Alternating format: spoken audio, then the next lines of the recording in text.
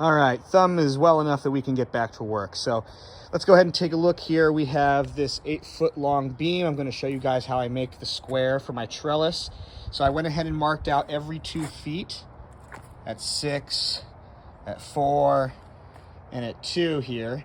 And what I'm going to do now is I'm going to go ahead and mark straight lines and then 45-degree angle on each side of that line, and that's going to be where I make my cuts in order to make the 4 2-foot-long pieces that will eventually end up like this square frame right here. So pardon the wind here, but this is, in case you've never done this before, this is the way it's done. So I marked out, like I said before, my my 2-foot marks on this board, and those are going to be the outermost corners of my 45s. And so what I'm going to do first is take my T-square and draw a straight line across these lines right here. Make sure you line up your pen with your mark.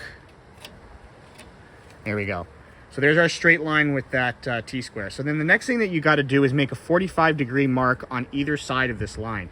And the easy way to do that with a T-square is to use this pivot point here where it says pivot.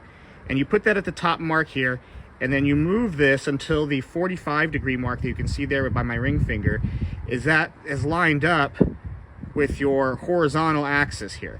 And so if you do that on both sides, where you pivot on this side and you can see that there's a half of our 45, and then if you flip it over and you do the same thing and you pick your corner and you pivot until you hit that 45-degree angle mark up here at the top, that's where your two lines are going to be, and that's where you're actually going to cut.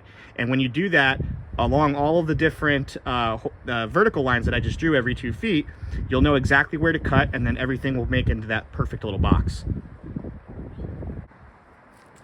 So let's go ahead and do that. We'll pivot to our 45-degree mark here.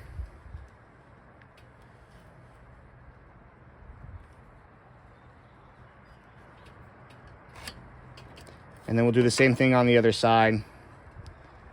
It's not super critical to get the pivot point exactly at the very tip here because you have to account for the kerf of your blade anyway. So what I like to do is I go ahead and I mark to my 45s so that it's just a little bit below the sort of the rounded part of the board. And that's about the same thickness as the kerf of my blade. And that way, if I cut to the outside of these lines, I'll get a nice, perfect 45.